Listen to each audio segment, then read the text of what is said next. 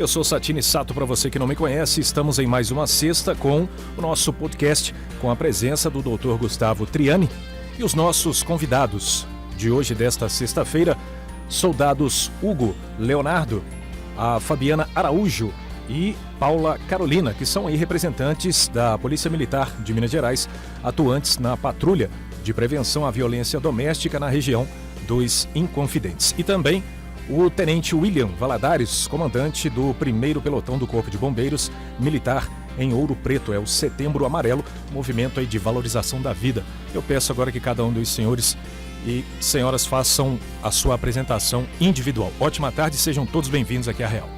Uma boa tarde, Santinho. Muito obrigado pela presença de todos aqui. Interessante a gente já começar dando continuidade, né, ao nosso movimento de valorização da vida. Meu nome é Gustavo, sou médico, tá? Trabalho com psiquiatria, sou clínico em corpo também e hipnólogo. Saúde mental é basicamente o que me move no meu dia a dia, né? Então é um tema extremamente relevante para a gente estar falando aqui, para a gente estar trazendo também em forma de conteúdo para a população que nos assiste, e eu acho que cada um de vocês tem muito a acrescentar nisso, né? E vamos conhecer cada um de vocês.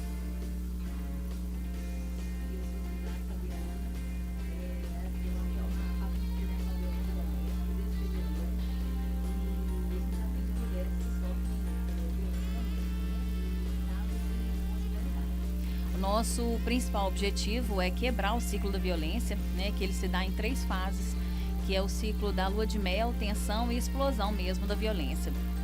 E também prevenir o feminicídio, que é o ato de matar mulheres, né, em razão dela ser mulher. Boa tarde, meu nome é Hugo Leonardo, soldado da Polícia Militar, estou no portfólio da prevenção da violência doméstica desde o ano passado, mais precisamente de agosto do ano passado, e nós estamos nessa luta aí de também tentar quebrar esse ciclo da violência, né? São muitas ocorrências que acontecem, tanto a gente atende tanto a região de Ouro Preto, Mariana e Itabirito, Júlio de Vasconcelos e os outros distritos. E o nosso intuito é quebrar esse ciclo da violência, dando um bom atendimento para as vítimas, né? E também acompanhando os autores, dando um apoio no que eles precisam psicologicamente, fazer encaminhamento, tanto para a vítima, né, quanto para o ator. E esse é o nosso papel, quebrar esse ciclo da violência para que não chegue a um autoextermínio, alguma coisa assim do tipo. Por parte do autor, por parte de quem, dos integrantes ali, né, da base familiar. Boa tarde, meu nome é Tenente William Valadares, né? Estou comandando agora o pelotão de Ouro Preto do Corpo de Bombeiros. E a atuação nossa é um pouco diferente da atuação dos colegas aqui da Polícia Militar e também, né, da psiquiatria, né, ou psicologia. Nós atuamos diretamente no fato. Quando a gente é acionado, nós deslocamos para o local e, a princípio, somos os primeiros a chegar. E aí tem aquela conversa. A gente trabalha basicamente como psicólogo no local, em loco, para poder tentar minimizar ou retirar essa pessoa que esteja com problemas, né, de família, problemas com álcool, com droga, né, para poder reverter essa situação de tentativa de autoextermínio, né, ou até mesmo chegar à conclusão do fato. Então a gente está aí à disposição, né, para esse bate-papo, né, vai ser legal, é importante. Setembro Amarelo aí é uma questão, né, que a gente está anualmente aí convivendo com isso. A estatística mostra que é preciso ter essa conversa. Já fizemos várias intervenções em vários pontos de Ouro Preto e, né, a gente fica à disposição e fica aí, né, à mercê de atuarmos. Sim, isso é muito importante, né? Deixa eu interromper um momento só, eu vou pedir para que a soldado Fabiana Araújo possa fazer sua apresentação novamente e também ao soldado Hugo Leonardo, porque a gente teve um probleminha técnico aqui, tá? Por gentileza. Boa tarde a todos, meu nome é eu sou soldado Fabiana da Polícia Militar e hoje eu atuo na Patrulha de Prevenção à Violência Doméstica contra a Mulher. A gente atua na cidade de Itabirito, Ouro Preto e Mariana e também Diogo de Vasconcelos e distritos. E o nosso maior objetivo é quebrar o ciclo da violência, né? Que ele se dá em 3 fases, que é o ciclo da lua de mel, o ciclo da tensão e o ciclo da explosão da violência. E também prevenir o feminicídio. O nosso trabalho, nós estamos exercendo esse trabalho, eu estou exercendo esse trabalho aqui na região dos Inconfidentes desde fevereiro de 2022, e o nosso trabalho se dá em 9 passos. Então a gente faz um acompanhamento com a vítima e com o autor, né? Porque se a gente não faz esse acompanhamento com o autor também, ele só vai mudar de vítima, né? Então por isso a necessidade de a gente acompanhar os dois naquele âmbito familiar ali. Nosso objetivo não é unir nem dissolver, o nosso objetivo é realmente quebrar o ciclo da violência. E também fazer os encaminhamentos devidos, né, que cada uma das partes necessitarem. Boa tarde, meu nome é Hugo Leonardo, sou soldado Hugo da Polícia Militar. Eu também atuo com a minha colega de farda, Fabiana, no portfólio de prevenção de violência doméstica. Nesse portfólio é muito importante que a gente precisa de uma ação da vítima. A gente precisa que ela vá até a delegacia, ou então acione 190 e preste uma queixa, né, do delito, do crime que acabou de ocorrer, para que a gente possa agir, entendeu? Se a vítima ficar inerte, aceitar toda a situação, a gente nunca vai saber que ela está uma potencial vítima ali. E a gente quer atender a maior parte de vítima para a gente ver se a gente cessa com esse ciclo de violência. Entendeu? Que o nosso principal objetivo na Patrulha de Prevenção da Violência Doméstica é quebrar o ciclo da violência. Sim, e é muito importante, né? Meu nome é Gustavo, tá? Eu sou médico, trabalho com psiquiatria, também sou clínico em dor, e a gente faz acompanhamento aí de vários pacientes, né, que sofrem dessa angústia, né, desse um momento depressivo, um momento de fragilidade emocional que ele se expõe ali, e que é um momento onde ele mais precisa de ajuda, né? E nós que todos aqui estamos, muitas vezes somos essas pessoas que vão prestar esse acolhimento, né, no momento inicial, no momento crítico, né? Somos nós que estamos lá. Então, eu acho muito importante esse bate-papo que a gente faz aqui, até em termos também para a gente levar um pouco de informação para a população que sofre tanto com as questões depressivas e da saúde mental, quanto as questões do lar também, que a gente sabe que é um dos principais pontos, né? Quando a gente fala aí do nosso querido Aaron Beck, a gente fala dos 4Ds, né? São os pontos críticos ao suicídio, que é a depressão, a desesperança, o desamparo e o desespero, né? E a gente vê em várias esferas, e principalmente na esfera da violência domiciliar, quando que isso acontece, né? Parece um ciclo sem fim, e é muito importante trazer para vocês, nossos ouvintes e nossos telespectadores, que existe sim uma solução. A gente precisa falar sobre isso, a gente precisa conversar sobre isso, né? Como o soldado Hugo falou aqui, muito bem colocado, a posição da vítima em buscar ajuda é extremamente importante, e ela entender também que ela não vai ficar desamparada em momento algum. Isso que é muito importante entender. E saber que mesmo no momento de fragilidade, a gente tem tantas pessoas competentes, né, para nos ajudar. E o que eu gostaria de saber, principalmente de cada um de vocês, é a experiência que vocês têm, né, principalmente dentro do lar, na questão da violência domiciliar e na questão também das ocorrências desses pacientes que estão em iminência, né, da tentativa de suicídio. O nosso atendimento, ele é de segunda resposta, né? Então a gente não atende as vítimas quando acontece aquela violência, né? A violência dentro do lar ali. A gente vai até ela através de um boletim de ocorrência que é gerado. Então a gente depende de uma primeira ação dela, que é procurar a polícia no momento que há violência, né? Aquela violência está acontecendo. E aí, em muitos casos, a gente percebe que as vítimas estão num estado assim, desesperador mesmo. Né, elas vão vivenciando aquela situação de violência ali dentro de casa. Elas até falam que os autores, eles são pessoas boas, né? Mas às vezes quando consome bebida ou então quando consome álcool, aquilo ali deixa eles num estado, né, que eles cometem a violência. Então a gente precisa quebrar esse ciclo, né? Porque muitas vezes elas vão dando chances para eles ali, né? Que eles vão melhorar, né? Vão mudar, né? Isso que é o ciclo da violência, né? A questão da lua de mel. Você inicia um relacionamento, então tá na fase da lua de mel, né? Eles são carinhosos um com o outro, né? Tem aquela relação de respeito.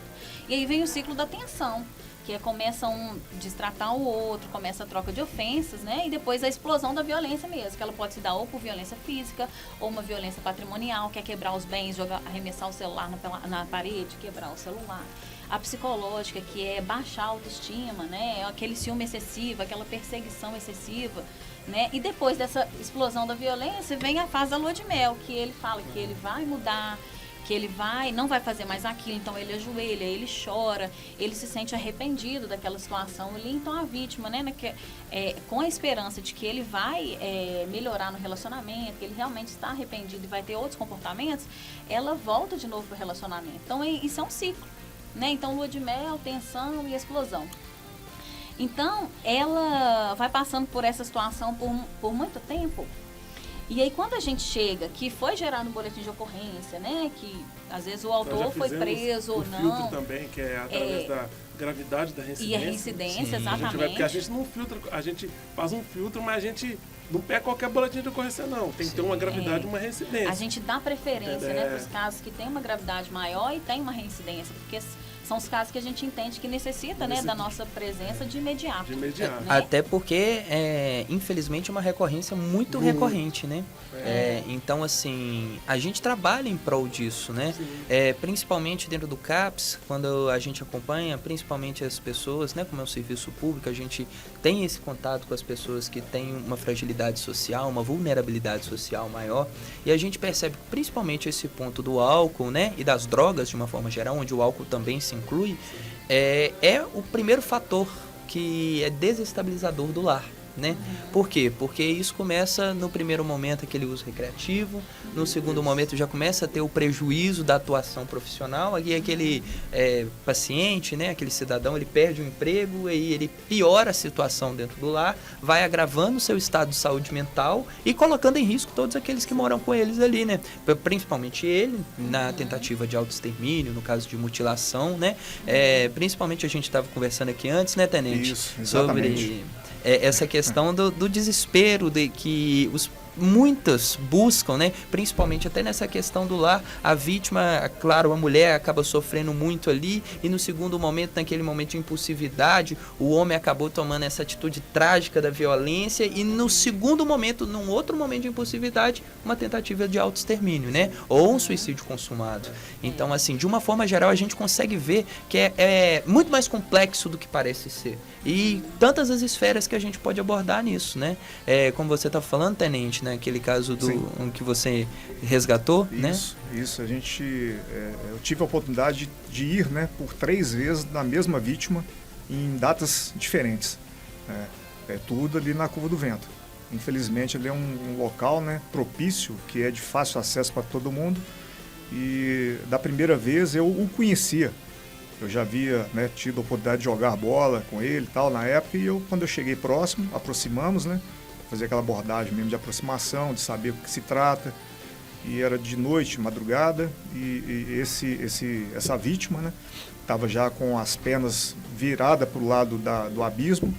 E eu conversando, olhei para ele e falei, lembrei da fisionomia dele, e por acaso eu conversando, falando com ele que eu joguei bola com você e tal. Aí quando ele virou, ele conheceu, a gente aborda com cuidado, todo equipado, paramentado, para não assustar principalmente, né, essa potencial vítima. E nisso aí, quando ele virou para o lado de dentro do asfalto, eu consegui chegar mais próximo dele, né, e automaticamente ele baixou a cabeça, levantou, né, começou aqui isso aí depois, né, daquele momento aí de solidão ali, ele começou a chorar. Aquele momento crítico, né? Isso. Ele começou a chorar, e eu joguei o cobertor nele, estava muito frio na época, e levamos ele para dentro da ambulância nossa, né, do nosso UR. E depois disso aí levamos ele para o hospital, tranquilo. No outro momento, na outra data, já foi durante o dia, novamente a mesma pessoa, no mesmo lugar. Né? Quando ele me viu, eu estava por acaso novamente nessa ocorrência, eu vendo ele já me viu, já saiu, já virou para dentro de novo do parapeito, e já, né, falando, vamos embora. E levamos ele para UPA, né, na época. E no terceiro momento, acho que ele estava caminhando só, e o pessoal parece que passou e viu e nos acionou. Aí eu fui novamente, isso aí em outra data, assim, coincidentemente. Depois disso aí nós até encontramos outras vezes, né? Então ele contou o caso dele, que era caso realmente familiar, etc. E nós conseguimos, né, reverter essa situação, né? Que tinha problema tanto familiar quanto de desemprego. Sim. E tudo isso aí é um motivo para a pessoa, né, tentar, né, ou atentar contra a própria vida. Não somente nesses casos, outros casos também de depressão, já que já é uma coisa mais antiga, não é de uma hora para outra. ou uso de drogas, medicamentos e etc. Né? Eu não digo somente ali naquela área né, da Curva do Vento, mas em casa mesmo. Nós já tivemos a oportunidade de ir e a pessoa está desfalecida, né, devido ao uso excessivo de medicamentos. Sim. E ocasionando aí, né, a nossa, né, intervenção. Teve outro caso com um amigo meu, né, de infância, estava em casa com o uso, né, excessivo de medicamento. Mas ele estava, ainda assim, um pouco grogue, e eu tive que intervir até o lugar para tirar ele da casa era difícil, nós conseguimos, né, que ele levantasse e fosse até a nossa UR, porque ele me conhecia. Né, como eu sou da região aqui, a gente conhece muita gente, então o pessoal já... Né, ele me conheceu, levantou, fomos para né, a antiga UPA, e lá teve que fazer todo aquele processo, né, mas o que aconteceu? Na ida nossa para UR, né, para a UPA, a gente vai conversando com a pessoa, né, se ela esboçar a reação de conversa. E ele falou que tinha, né, feito uso de medicamento excessivo, porque acho que a mãe dele tinha falecido na época, e ele estava, né, com os pesos todos, né, de todo mundo ali, da família, nas costas. Aí entra já, né, com o doutor aqui, né, saber esse peso que a pessoa carrega, né, da família nas costas, trazendo com que a pessoa fique com aquele, né, exatamente, com aquela responsabilidade. Mesmo, exatamente. Né? Então ela foi levada para a UPA, lá foi tratada, foi feito os procedimentos, né, que são feitos normais, e depois disso aí pelo menos eu não lembro mais de ter ouvido falar, né, sobre esse fato, tanto com esse primeiro caso que eu disse, que eu citei, quanto também com o segundo caso. Sim. Né? Normalmente, qual que é a nossa orientação? Né? Que as pessoas realmente busquem ajuda. Sim, Né? Que elas, sim. se elas estão vivenciando uma situação dentro de casa e que tem algum problema, que elas não hesitem em realmente buscar uma ajuda. É muito né? importante. Porque às vezes as pessoas vão levando aquelas... tomando todas as responsabilidades de todo mundo. Sim. Né? Vai chegar um momento que talvez ela realmente não vai dar conta. Né? E quando ela normalmente, às vezes, não sei como que é o pensamento, né, de uma pessoa que quer tirar a própria vida, né? Mas eu acredito que às vezes ela vê ali, não vê mais possibilidades. Então, a única coisa que ela percebe, assim, a única forma de sair desse problema é tirar minha própria vida. Isso. Na verdade, tem outras soluções, né? Tem outras formas de resolver esses problemas, né? Esse é um momento que a gente chama de sofrimento mental agudo, né? Do paciente. Mas é até interessante, eu gosto de fazer uma abordagem até um pouco filosófica, né? Mas não chata, que é o pai da medicina, Hipócrates, ele fala uma frase que eu gosto muito, que é: antes de você pensar em curar alguém, você precisa saber se a pessoa está disposta a abrir mão daquilo que adoece, né? E o segundo momento é: conheça todas as técnicas, saiba todo o conteúdo, mas ao tocar uma alma humana, seja apenas uma outra alma humana. São coisas que às vezes parecem frases de efeito, e são, né, de fato, mas que eu acho que as pessoas dão muito pouco valor, né? Acabam usando para o fato de ser uma frase de efeito para falar, não, isso aí é balela, né? O que todo mundo fala, né? Mas na verdade não, a gente percebe que muitas vezes a fantasia que a gente veste, né? E a gente esquece a pessoa que está por dentro dela, né? E muitas vezes é isso que salva as vidas, né? Essa questão da gente conseguir doar a nossa empatia ao outro, para o outro se sentir acolhido, para ele estar nesse meio que é um meio extremamente conturbado, um sofrimento mental agudo por N fatores, né? Tanto que a gente fala, e é muito importante para as pessoas saberem, que suicídio não é por causa de depressão. Depressão é uma das causas do suicídio, mas suicídio é um evento multifatorial e não necessariamente ligado a algum transtorno, né? Claro que existem os casos ligados a transtornos, mas também existem casos de fragilidade social, né? E isso muito catalisado por uso de drogas, né? O conjunto, né? O Acredito que seja um conjunto Exatamente. de fatores que levam a fazer, né, o evento multifatorial, né? Então, é muito importante nessa abordagem, principalmente do lar, né? Há quanto tempo essa mulher sofre?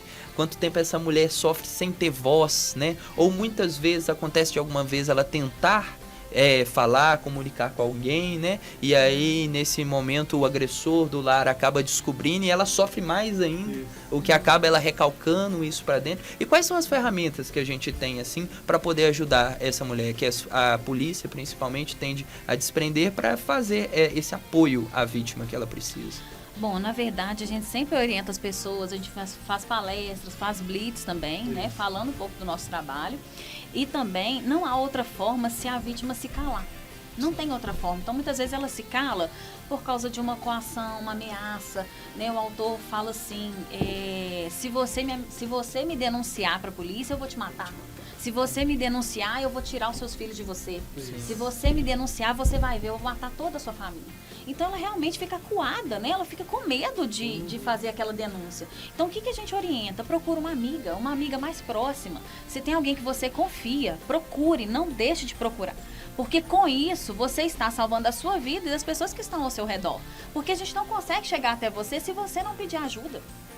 Né? Sim. Então, assim, mesmo que ela está sofrendo aquelas ameaças ali, ele não consegue controlar ela 24 horas por dia, por mais que ele tenha os mecanismos de controle dele. Né? Então, converse com um amigo ou com algum familiar, com alguém que possa te ajudar a resolver aquele problema, ou com alguém que pode tomar uma atitude ali em conjunto com você, né? A vítima denunciar e às vezes uma terceira pessoa entrar em contato com a polícia, né? Com a polícia, fazer aquela denúncia, para a gente conseguir ajudá-la. Para conseguir localizar a vítima, né? Exatamente. Porque a gente sabe o que acontece, a gente só não sabe onde e com quem. Exatamente. Né? E nessa forma, quando a pessoa consegue falar, quando ela consegue se abrir, mesmo que não diretamente pelo 190, mas com amiga, igual você falou, com parente. Às vezes é até mais fácil, olha que interessante, Com a gente certeza. também faz contato com redes de apoio. Né? Então, às vezes, a vítima não chega até a polícia, mas ela vai lá num CREAS, ela conversa com uma psicóloga que vai orientar ela melhor, né, a respeito das providências. Então, a gente faz essa rede de contatos com esses órgãos para poder chegar até essas vítimas. Porque, às vezes, elas não passam no nosso filtro de gravidade e reincidência. Sim, porque né? também igual a Fabiana está falando, aqui ela precisa buscar uma ajuda porque a violência doméstica é uma ação penal pública incondicionada. Então, não depende somente da vítima representar. Sim. Se a vizinha vê um maltrato ali, ela achar que a sua companheira está sofrendo uma violência doméstica, ela pode até delegacia denunciar. Porque essa é uma ação penal pública incondicionada. Entendeu? E o nosso serviço, igual você falou, ele está todo baseado na Lei 11.340, que é a Lei Maria da Penha, que embasa todo o nosso portfólio da polícia, que é esse portfólio de segunda resposta, que é o que a gente atua. Que então, foi mais uma vitória contra o feminicídio, isso, né? Que então a polícia ela tá andando brasileira. Muito nesse aspecto aí dessa proteção, porque hoje em dia o número aumentou bastante esse número de boletim de ocorrência que envolve violência doméstica. E o nosso caso, a gente atende, o nosso serviço está alencado na Lei Maria da Penha, mas mais precisamente no artigo 5º, no inciso 3º, que é onde há conjugalidade. Sim. A gente atende os casos em que há conjugalidade. Pode ser marido, mulher, namorado, independente do tempo. A gente atua nesse ponto, que é onde o ponto que há o maior índice aí de boletim de ocorrência, é justamente onde há conjugalidade. Sim. Entendeu? A gente atua desde fevereiro. Isso. E assim, nesse período até hoje, a gente não teve caso de feminicídio. Sim. Né? Então isso que é mostra maravilhoso. uma atuação eficaz, né? Seu objetivo é prevenção, o resultado mostra o não acontecimento do feminicídio. Exatamente. Né? E outra coisa interessante que a gente pode trazer, lembrando que o serviço da polícia é um serviço de verificação e atuação, né? Então, para as pessoas, algumas pessoas às vezes têm alguma ocorrência, né? Que igual você falou, não precisa ser necessariamente a vítima que vai recorrer até o serviço de ajuda, né? E aí, algumas pessoas se sentem ofendidas, né? Quando a polícia vai lá para verificar se alguma coisa está acontecendo. Então, para a população entender, é parte do serviço da polícia a verificação da ocorrência, né? Não há razão para qualquer tipo de sentimento que não seja gratidão nesse momento, né? Até porque vocês estão indo lá para verificar a segurança do lugar, né? A segurança das pessoas que estão ali. Então, para a população entender e acolher mais um serviço que está sendo prestado com tanta qualidade, né? Visto que os números não deixam a gente mentir. E até uma coisa interessante, desviando um pouco do foco da família, quando você falou da curva dos ventos, né? Na verdade, eu até comentar aqui, a curva do vento é porque é vulgarmente conhecida, né? Lá é a Avenida Lima Júnior. Então assim, a gente fala curva do vento porque muitos conhecem como curva do vento. Sim. Mas quem não é de Ouro Preto, não conhece, né? Eu sei que a transmissão é para vários outros locais.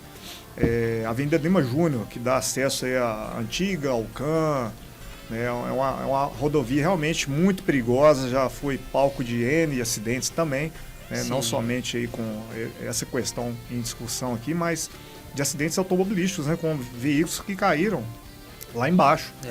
Né? E ali Então, é muito assim, perigoso, lá é de fato, perigoso. né? Lá com certeza é muito perigoso. E existe alguma técnica, alguma coisa que pode... Porque, por exemplo, igual na Terceira Ponte em Vitória, na Ponte Sim. Rio-Niterói no Rio, existem algumas formas que a prefeitura e a própria sociedade tentou organizar para diminuir a quantidade de suicídios que acontecem nesses lugares que são pontos já avisados para esse tipo de Sim. objetivo, né? Então, por exemplo, colocar grades, né? Grades mais altas, colocar vários avisos. Aqui, né, em Ouro Preto está funcionando. Os avisos já foram colocados, né? Mas como a gente havia comentado antes, né? Sim. Muitos deles foram retirados por vândalos. As pessoas chegam lá e tiram, porque o material, como era de ferro, né? Muitos tiravam para fazer fundo de churrasqueira. Né? Outros tantos pegavam, tiravam e jogavam lá embaixo. A pessoa não né? entende o prejuízo social que isso tem. E não é somente né? isso, porque E ali acho que é só uma brincadeira, né? são frases que tem nessas placas, né? De incentivo a não cometer o autoextermínio ou suicídio, né? Sim. Então são frases que tem ali para poder dizendo, né? Dizeres que tem pessoas que gostam, que estão com você, que tem os números de emergência, né? De urgência e emergência para poder atuar.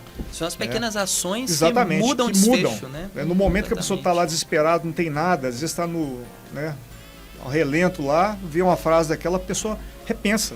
Né? Quer dizer, são frações de segundos que uma frase pode mudar a vida, né? Ou trazer à vida novamente essa pessoa que está ali. Então a gente também saber valorizar as pequenas vitórias que a gente tem, Claro, né? As pequenas muito ações com grandes interessante isso. impactos. Exatamente. Eu tive uma experiência antes, quando eu estava num outro portfólio, né? Eu atuava no Tático Móvel também, portfólio da polícia, né?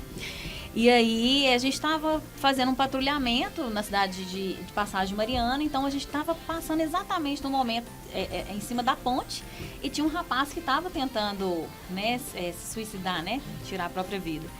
E aí, prontamente, o nosso motorista, Soldado Monteiro, ele saiu da viatura e aí, com muita técnica, ele abraçou o cara, ele estava de costas pra gente, né, de costas pra rua, então ele abraçou por trás, assim, o rapaz que estava tentando, né, se matar. E aí ele conseguiu tirar ele daquele Da área de local risco, ali, né? da área de Né? risco, Aquela exatamente. crise. E aí depois a gente conversou com ele e assim, o rapaz contou um pouco, né, que ele estava passando por dificuldades financeiras, estava A maioria desempregado. das vezes é isso que Exatamente, acontece. conflitos Desemprego, familiares. conflito familiar, né? E dificuldade em geral, né? Com as finanças, principalmente. né? Exatamente. Então, se a gente for analisar, né, talvez ele não fez tanto, mas ele salvou uma vida. Não, Claro, ele fez fez muito. muito. Então, Fez muito. assim, Sem a menor O que dúvida. faz nesse ponto aí é muito, né? Para a Verdade. vida. Na hora você Exatamente. não deve ter percebido a importância. isso, e assim, ele nem se preocupou em arriscar até a própria vida dele, porque às vezes um passo em falso ali que ele Claro. desse, Sim. né, talvez iriam os dois cair de lá, E né, até mas uma ele, coisa com muita técnica. Que a gente tem também no nosso treinamento, né? Acredito que de todos E é um nós. juramento também que a gente faz, né? Exatamente, Mesmo com o sacrifício da própria vida. vida. Tá lá. Exatamente. E lá também até a gente fala que muitas vezes a gente precisa tentar preservar o maior número de vidas possível, Sim. né? Exatamente. E isso inclui a nossa também. Então, nesse momento a gente precisa agir com a maior assertividade possível, né? E com o maior cuidado possível. Então, é igual você falou, com muita técnica, muita destreza. A gente sabe que a gente tirando daquele momento agudo, é uma rede, né? A gente tem todos os níveis de atuação e como que a gente pode fazer nesse meio. Claro. E, claro que muitas vezes esse paciente, antes de chegar em mim, já passou por todos vocês. Então a gente vê o tanto de gente envolvida no cuidado, o tanto de gente envolvida em prol da mesma causa, que, igual a gente está falando, gente, é muito complexo a gente vive num país hoje que passa por suas dificuldades, né, que apresenta certas inversões de valores, né, e que a gente briga o tempo todo para evoluir, né, de uma forma diplomática, de uma forma democrática, e que a gente percebe que até as pequenas coisas que a gente faz aqui embaixo, quanto as coisas que os grandes políticos fazem lá em cima, como por exemplo a Lei Maria da Penha, né, que passou por todos os níveis ali, o legislativo, o executivo, né, e o judiciário dentro de tudo isso, e a gente consegue ver que desde que a lei entrou em vigor, os números do feminicídio começou de fato a cair, né? Então a atuação, a gente precisa de todas as esferas estarem envolvidas. A gente precisa se aproximar. A gente tem que entender que apesar de cada um ter a sua função dentro daquela ação, dentro da atividade, a gente entende que a função de cada um é extremamente importante para o desfecho melhor possível, né? E quem consegue, quem se beneficia com isso é a vítima, é o paciente, né? Que a gente não sabe quais condições levou ele até ali. Então a gente precisa entrar nesse meio, a gente precisa conhecer o ambiente familiar, a situação dessa vulnerabilidade social que traz o paciente nessa iminência. É uma coisa muito triste que a gente vê quando as pessoas acham que, com a gente falando de pequenas atitudes, né? Que pouca coisa vai conseguir resolver o problema delas ou não existe problema, né? E aí, como que a gente vê a solução? Mudança de estilo de vida. A medicina, né? Desde o primeiro período, quando começa a medicina, a gente começa a ensinar que antes a medicina tratava muito como medicina curativa, né? A gente esperava a consequência e atuava dentro da consequência, né? Hoje não. Hoje a medicina é uma medicina preventiva. É uma medicina que ela tenta atuar diretamente na causa e assim evitando a consequência desses problemas. Então, até para essas pessoas depressivas, as pessoas que sofrem de transtornos mentais, desse sofrimento, entender a importância da alimentação nisso, que muda o curso, do exercício físico, né? Das atividades de inclusão social, né? Que existem disso, vocês já deram um exemplo, o CRAS, o CREAS, o próprio CAPS, e os serviços que tem lá dentro, né? E isso vai trazendo o paciente e coisas que vocês militares, vocês levam muito em consideração, né? A gente sabe que a rotina militar, ela é com muito exercício, né? Uma alimentação regrada a gente precisa manter e dessa mesma forma a pessoa tem que entender que é uma unidade, né? Uma integralidade, corpo e mente, é tudo uma coisa só, né?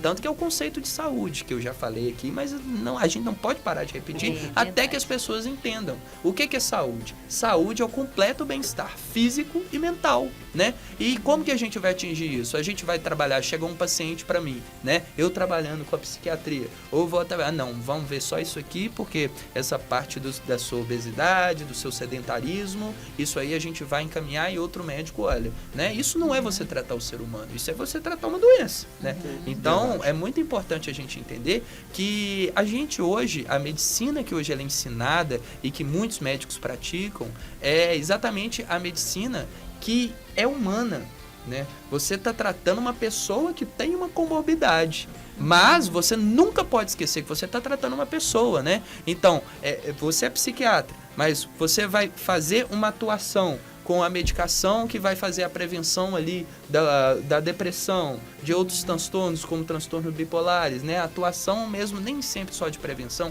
às vezes a atuação ativa mesmo, que a pessoa já tem o transtorno, né? Só que aí você fala, não, a pessoa está obesa, sedentária, mas já está medicada, né? Está equilibrada. Remédio não é a resposta, tá? É muito importante falar para vocês também. Remédio não é a resposta das questões da sua vida em forma de comprimido.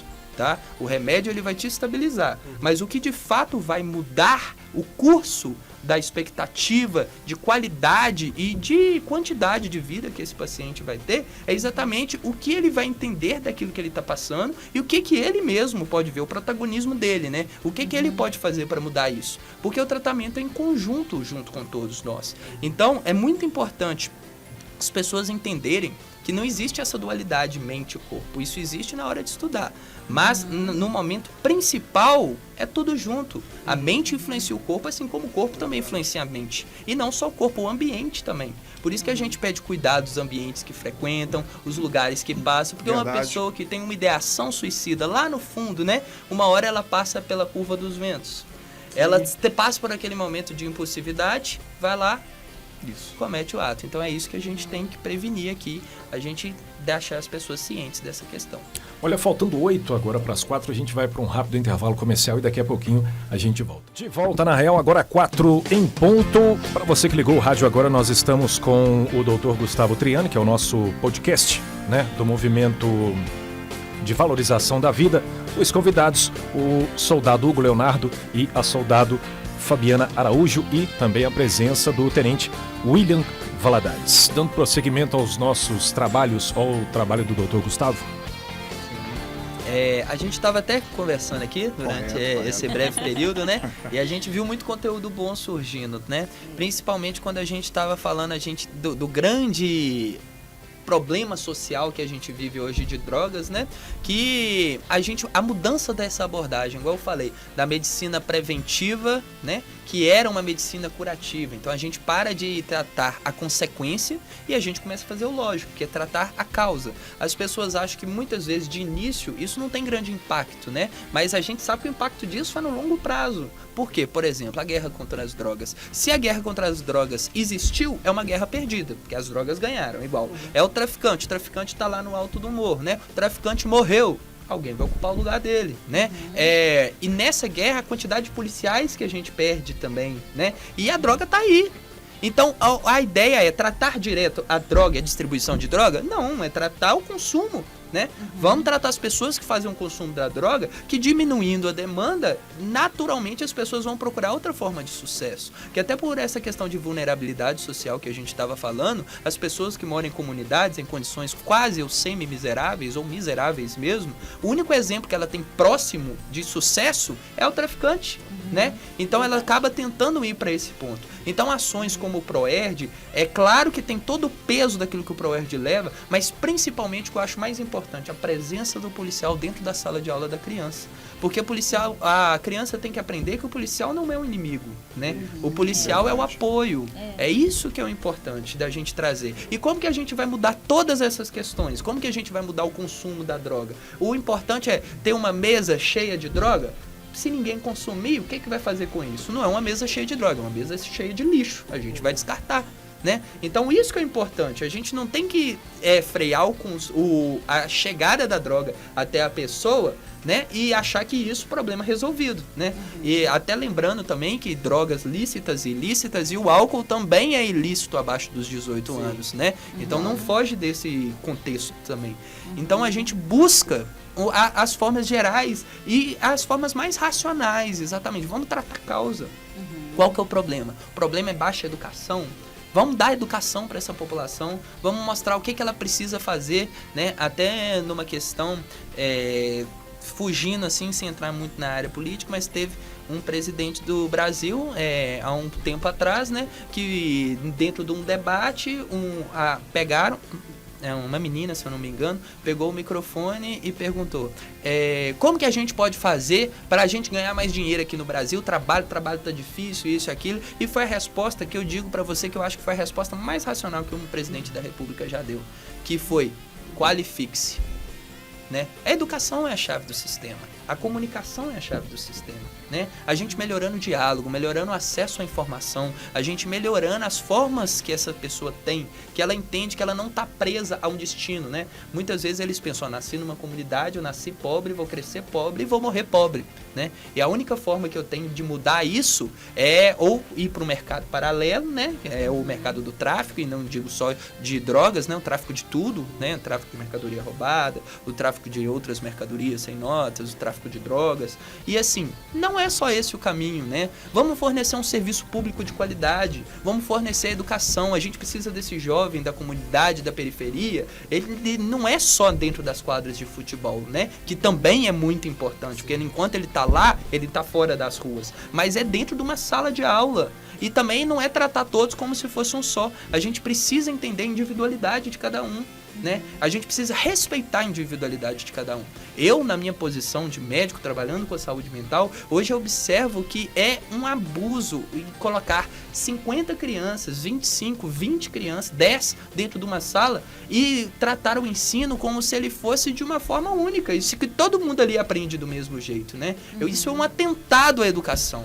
A partir do momento, se a gente parar para ver, a polícia militar, a forma de atuação dela mudou com o tempo, ela se adequa à realidade, a forma como os bombeiros atuam mudou. Eu falei anteriormente, a médica como médico atua, a forma como ele atua mudou também, e a única coisa que permanece é a mesma, a educação, né? Um monte de gente dentro da sala de aula, alguém lá na frente falando para todo mundo, como se todo mundo fosse aprender aquilo da mesma forma, na mesma velocidade, com a mesma qualidade, né? E no final, todo mundo dá um diploma para cada um, e o que você vai fazer com esse diploma? E essa que é a questão. É isso que a gente vê. E principalmente quando a gente fala, né? A gente falou das fantasias e que embaixo das fantasias existem pessoas. E eu queria perguntar para vocês isso. Dentro desse contexto da profissão de cada um, no contexto militar, qual que é a pressão psicológica, né? Qual que é o acolhimento psicológico que vocês têm para atuar numa área tão delicada? Na verdade, o que acontece? Para a gente curar o outro, nós precisamos estar curados. Então, a gente precisa estar bem para poder conseguir trazer um conforto ou trazer uma ajuda para o outro, né? Então, eu, Fabiana, como policial militar, eu busco ajuda. Né? Se eu vejo que tem alguma coisa de errado comigo, porque nós somos autorresponsáveis, né? Nós somos responsáveis pelos nossos resultados, né? Então, se hoje eu não estou bem, eu crio aquela consciência, o que está acontecendo? Eu me pergunto, o que está acontecendo comigo? Por que eu estou tão estressada? Por que eu, assim, estou com dificuldade de acordar? Por que às vezes eu tô triste com frequência? Dificuldade Isso até não de é concentração normal. também, né, do serviço, principalmente a área, né, de atuação nossa. Exatamente, igual quando a gente está com algum problema na família, você tem dificuldade de encarar as outras áreas, né, no seu trabalho. Se você está com um problema na família, você não vai bem no seu trabalho, você não vai bem em nada. Sim. Né? Então a gente precisa entender, se perguntar, o que está acontecendo comigo? Porque eu não estou normal. Isso que está acontecendo não é normal. É um autoconhecimento, né? Exatamente. E é você buscar ajuda. Porque você vai minando aquilo ali. Você não está bem, você vai aceitando aquilo ali. Aí os dias vão passando. Aquilo ali só vai piorando. Isso né? não Então, acontece também você... da noite pro dia. Isso aí são sinais que... Exatamente. Que sutis, vai te dando. né? Exatamente. Começa são de uma forma sinais que sutil. perda de sono, insônia... irritabilidade, às vezes, excessiva. O apetite, que a gente sabe que muitas vezes o policial, o bombeiro, tá na correria, e que hora que ele come? Ele nem lembra, vai terminar o plantão ali, você saiu, você falou, tem não, dia que você não nem comia dá tempo ainda. de almoçar, ou jantar, ou fazer uma refeição. Exatamente, então seu corpo vai te dando sinais. Sim. E o que cabe cada um fazer? Busque ajuda.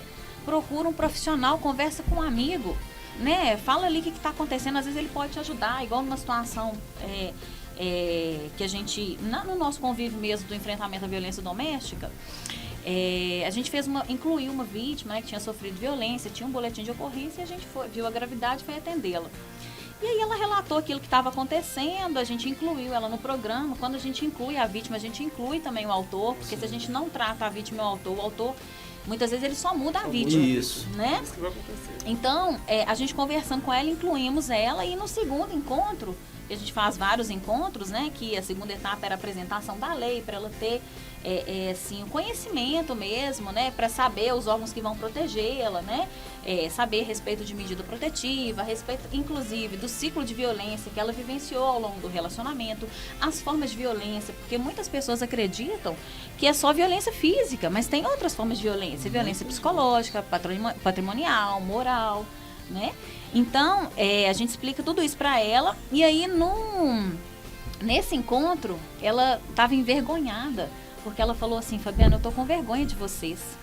Nós falamos, por que você tá com vergonha? Porque eu reatei o relacionamento com o meu ex, né?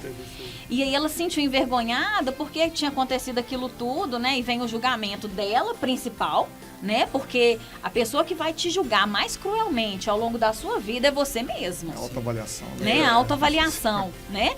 Então ela se julgou e falou assim, nossa, eu tô muito envergonhada porque eu reatei meu relacionamento. Eu falei assim, olha... não precisa se sentir dessa forma, a gente está aqui para te ajudar, não é para unir nem dissolver. Sim. A gente quer quebrar esse ciclo da violência e que se vocês decidiram voltar a se relacionar, que vocês sejam muito felizes. Sim. Né? Porque se vocês voltaram, tem algum motivo. E aí até nessa parte que a gente fala da crença limitante, né? Uhum. Muitas vezes algumas pessoas não conseguem sair do relacionamento porque ela se limita àquilo, né? Exatamente. Ela muitas vezes fala assim, não vou achar, olha a idade que eu tenho, olha o corpo que eu tenho, a o autoestima lá embaixo. Fica naquele mundo, né? Isso, o mundo dela ali. Porque o autor fala assim, você acha que você vai arrumar alguém feia desse jeito? Gorda desse jeito? Você acha que você vai arrumar alguém na vida? Você não sabe nem criar, você não sabe nem cozinhar. Atua diretamente na insegurança da pessoa. Se não fosse eu...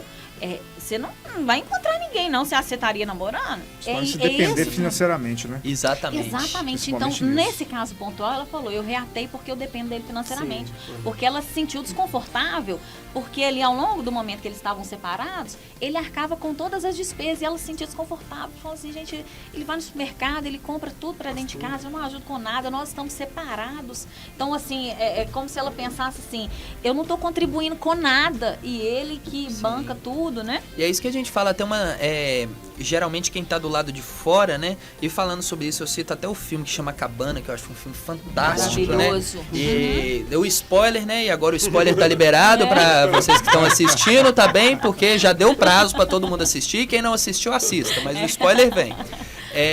Quando ele coloca aquele pai, né, que foi a vítima ali, na posição de julgamento. E falou assim, agora você é Deus. Julga, né? Você vai ter que mandar um filho seu fez isso de errado e o outro filho fez isso de errado. Quem que vai pro inferno? E quem que vai se salvar? Você vai ter que escolher um, né? Então, isso até na nossa prática também, é muito fácil a decisão catatímica, aquela decisão emocional, né? Aquela decisão sentimental, de apontar o dedo pro outro e falar assim, não, você é o agressor, você é a vítima. Você vai pagar por isso, tá? E a gente vai te ajudar. Na verdade, a gente tem que agir de uma forma geral, né? A gente não olha rosto, não olha tudo. A pessoa, às vezes, que é o agressor também, ela chegou num ápice de um sofrimento mental e também seja uma vítima de uma outra situação, né? Por isso que a gente fala que a saúde pública é muito mais complexa do que as pessoas falam, né? Exatamente. Não é só julgar, pegar e jogar dentro da cadeia, senão acontece o que muitas vezes acontece, a pessoa entra e sai pior, né? E até dentro desse contexto, dessa depreciação do que as pessoas entendem no Brasil, né? Porque quando foi o primeiro conceito de penitenciária, né? De penitenciária de verdade, foi com um conceito educativo, né?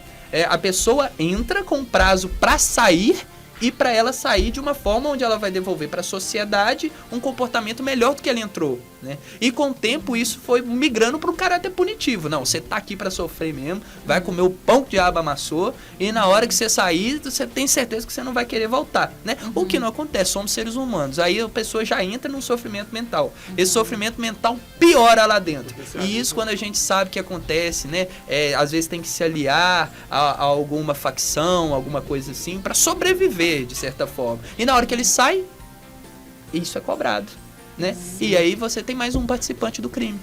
Então, assim, a gente vê que o contexto é muito maior do que a gente imagina. Do que simplesmente condena um, salva o outro e vida que segue, né? Na verdade, a gente tem que ver o ser humano na sua integralidade. Nesse sentido aí, a gente também, no protocolo da PVD, a gente tem uma atuação que é o quê? Tentar fazer um encaminhamento também para o autor. Porém, a gente encontra certa resistência no autor, Sim. que ele vai, mas eu vou procurar uma ajuda psicóloga. Muitos falam isso. E a gente tem que tentar colocar na cabeça dele que ele precisa desse tipo de ajuda. Sim. Muitos falam que não é psicólogo, eu sou doido. Vou precisar de psicólogo, sou doido, quem tá precisando é ela. Entendeu? Verdade. Isso que não é que a gente até fala também psiquiatra é médico de doido, né? Eu falei, gente, loucura é não se tratar, tá? Isso verdade, que é coisa de doido, né? Verdade. Então, eu acho que assim, a pessoa, isso a gente chama dentro da psiquiatria de insight, né? Quando a pessoa entende aquele curso que ela tá passando, quando ela entende o que é o transtorno que ela tá sofrendo, né?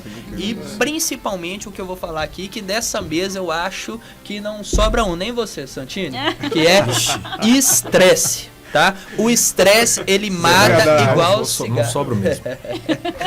Mata igual o cigarro, o estresse mata igual o álcool, né? E isso eu não tô falando solto, não. Isso, os números mostram isso. O risco cardiovascular piorado pelo estresse, e isso quando a gente coloca até em face dos atuantes, né? Isso da própria polícia militar, dos bombeiros, dentro dos hospitais da pandemia, o que aconteceu com os médicos, né? Esse burnout, esse estresse extremo, isso suga, né, a vida, a qualidade de vida da pessoa. E aí vem os infartos, né, um provável AVC, o risco cardiovascular, um risco metabólico gigantesco, né, que aí começam os problemas, a obesidade, a compulsão alimentar, buscar várias formas de fuga, e aí dentro disso até a droga também, ela encaixa, né, porque é uma fuga, é uma tentativa de tampar um buraco que surgiu dentro de você, que é uma causa multifatorial, né? Um acúmulo de coisas, você não sabe nem onde começar a arrumar, e aí você fala, quer saber? Já tô aqui, né? Quem tá no inferno abraça o capeta. Esse que é o pensamento, né? Mas nesse ponto, é muito importante a pessoa entender que se não for ela, a pessoa que tomar atitude para mudar aquele ambiente que ele tá, seja numa forma, não tenho capacidade de fazer isso sozinho. A gente está aqui para isso. E até dando continuidade naquele caso, que assim, quando a gente faz as visitas, a gente não faz julgamentos. né, assim, a gente não julga nem a vítima, nem o autor, né, porque na cabeça das pessoas elas pensam assim, o autor agrediu, o autor fez, né, ele agrediu a vítima, ele foi violento, ele foi tudo, então tem que punir ele, tem que chegar e tem que conversar, assim, de forma ríspida. Não precisa fazer isso, a gente conversa com as duas partes da mesma forma, com muito respeito, né, e com uma imparcialidade, e tenta entender o que aconteceu, né, e assim, levando em consideração, lógico, o boletim de ocorrência que a gente teve, né, e aí nessa situação desse casal, quando ela ficou envergonhada, né, da gente voltar lá e ela ter reatado o relacionamento, eu falei pra ela, vou falar um nome fictício só pra não expor, Patrícia, todas as vezes que você for vocês discutirem alguma coisa que está em desacordo, né, assim, uma situação que não agradou vocês, não briga na hora. Fica em silêncio, assim, fica mais quieta, fica calada, assim, fica mais, não bate de frente, né? Dá uma respirada. E aí espera ele, né, porque ele ainda não tinha tido essa orientação, né, então deixa ele agir da forma que ele age normalmente, né, e aí depois você chega para ele e conversa. Fala assim, amor, eu não gostei daquela situação aqui, me deixou muito chateada, sabe? Eu acho que você me desrespeitou, não foi legal aquilo. Então, falei isso pra ela. Sim. E aí, no próximo encontro, ela falou assim, Fabiana, muito obrigada. Você transformou a minha vida. Pelo simples fato de você ter me falado para ter calma na hora de conversar. Porque eu cresci com a minha mãe, brigando com meu pai, todos os vizinhos escutando. Então, eu repeti isso que ela fazia. Eu brigava com o Patrício, gritando, e todo mundo escutava o que eu estava falando. Então, quando você me falou aquilo, eu refleti e eu aprendi uma forma diferente de fazer, porque a forma que eu aprendi, que eu cresci, foi essa forma. Como que você vai fazer uma coisa que você não sabe, né? Então, às vezes, as pessoas, elas se unem por algum afeto que elas tiveram, né? Alguma compatibilidade que elas tiveram, mas por despreparo e, às vezes, pela forma que elas foram criadas, isso gera nelas uma repetição. E quando a gente fez um contato com a família desse autor, a gente percebeu que ele vivia num ambiente muito machista. Muito. A mãe ficava assim, baixada, com a cabeça baixa, ela não falava uma palavra. Sim. E a gente percebia que o pai... Submissa, né? Exatamente. Sim. E ele sobressaía em tudo, ele realmente era um macho alfa ali da casa, sim, né? E assim, isso foi a imagem que ele passou pro filho, né? E o filho, na relação com a esposa ali dele, ele não queria lavar uma vasilha, varrer uma casa. Assim não que isso o ciclo seja obrigação. se perpetua, né? Exatamente. Isso aí vai embora, né? Toda a vida. Exatamente. Então a mãe dele fazia isso tudo, ele achava que a mulher dele também tinha que fazer isso tudo, né? Então, assim, muitas vezes os casais, eles têm um relacionamento abusivo porque eles cresceram num ambiente assim também. Sim. Então, por isso que a gente não faz julgamentos, porque nós somos humanos, todo mundo é falho, todo mundo cometeu uma falha. Atira a primeira pedra aí quem nunca falhou. Né? Mais uma vez, o diálogo é a chave do processo, né? Exatamente. Mais uma vez. Exatamente. E eu costumo até dizer que nós somos isso, né? A nossa construção, o nosso eu, quem nós somos hoje, é exatamente a resposta às experiências que a gente já teve, né? Nós somos o resultado das nossas experiências. Então, a gente, antes de falar de alguém e achar que a gente está nessa posição, a gente tem que se perguntar antes se a gente conhece de fato a vida dessa pessoa, se a gente pode de fato opinar até de uma forma mais incisiva sobre um assunto que a gente desconhece, a gente não sabe a experiência que essa pessoa já teve, tudo que ela passou para chegar até ali. Exatamente. Então se a gente abordar a causa de uma forma geral, a gente soluciona grande parte dos problemas. E é isso mesmo que vocês falaram e é isso que eu quero trazer para vocês. Existe uma solução. Vamos conversar. O diálogo é a chave do processo. A gente precisa conversar, não só especificamente sobre o suicídio, mas de uma forma ampla, sobre todas as esferas da vida, nossos relacionamentos até conosco mesmos. Isso. Por isso que a terapia é importante, o autoconhecimento, ele vem dessa reflexão das experiências que a gente teve. Exatamente. E é isso que a gente tem que trazer para a gente evoluir, para a gente crescer como ser humano. E dessa forma, crescendo como ser humano, a gente cresce como qualquer outra área que a gente quiser, porque a gente vai se dedicar e a gente vai ter o equilíbrio. E aquela questão também de você tratar os pequenos detalhes, né? Às vezes a explosão da violência, ela acontece, ou um ato, né, de autoextermínio ali, ele acontece porque foi um acúmulo de coisas que ele não resolveu. Né, um acúmulo de problemas, que aconteceu uma coisinha pequenininha ali, ele guardou e não resolveu. Aconteceu outra coisinha pequenininha, ele guardou e não resolveu. O copo vai enchendo. Vai enchendo. Chega uma hora que ele não aguenta, ele explode. Ou chega uma hora que ele tira a própria vida. Então, ou de outras pessoas, em torno e a dele depois. A gente ouve e vê isso direto. O que acontece muito é isso. Exatamente. Então, aconteceu um problema que desagradou, trata ali na embora. Vamos conversar. A conversa não precisa ser explosiva, ela não precisa ser agressiva.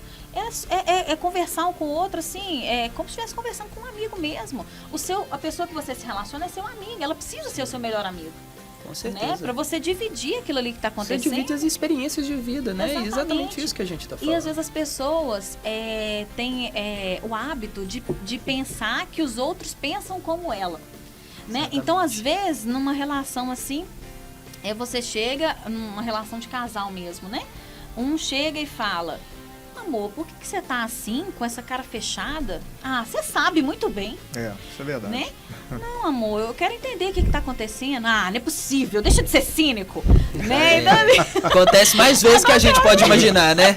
Então, na cabeça dela, ela acha que ele sabe o que ela tá sentindo, o que aconteceu, o que despertou aquilo, que ela ficou com a cara fechada, que ela ficou, né, triste, chateada. Então, fale exatamente o que aconteceu. Exatamente. Amor, por que você tá assim? Eu tô chateada porque você não me ajudou a fazer isso, ou eu falei pra você fazer aquilo, você não fez. Converse. E só sabendo onde você tá errando, que você tem a oportunidade de corrigir. Exatamente. Né? Quando você omite o que você tá sentindo, o que aconteceu, você não dá oportunidade pro outro mudar. Você não dá oportunidade para ele fazer diferente. Sim, exatamente. Né? E é sobre isso, a vida é sobre isso, sobre oportunidades, né, que a gente pode criar para os outros e para nós mesmos. Uhum. E eu acho que é nesse contexto que a gente precisa sempre priorizando o nosso protagonismo e o dos outros e respeitando o espaço. Gente, infelizmente nós não temos mais tempo. Eu vou pedir a todos vocês as considerações finais.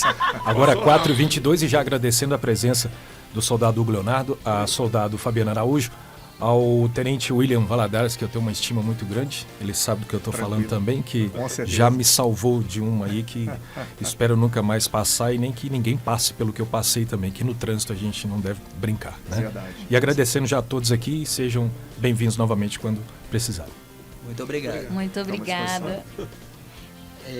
Eu queria agradecer a presença de todos vocês, que a gente sabe a agenda corrida que todo mundo aqui tem, para estar aqui junto conosco, para conversar sobre um tema tão relevante e para a gente tentar dessa forma fazer uma promoção de saúde, uma promoção de educação e a gente fazer exatamente o que foi o tema de nosso diálogo aqui todo, que é exatamente trazer a informação, né? A educação, é isso que de fato salva. Eu acho que isso é importante. Eu gostaria de deixar uma palavra final também.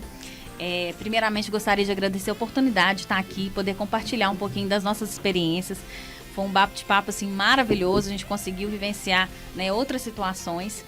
E a mensagem que eu gostaria de deixar para vocês hoje é que nós somos autorresponsáveis, nós somos responsáveis pelos nossos resultados. Então, se de repente tem algum problema que você está vivenciando, você tem a capacidade de resolver, mas às vezes você não vai conseguir sozinho. Então procure ajuda, não hesite em procurar ajuda.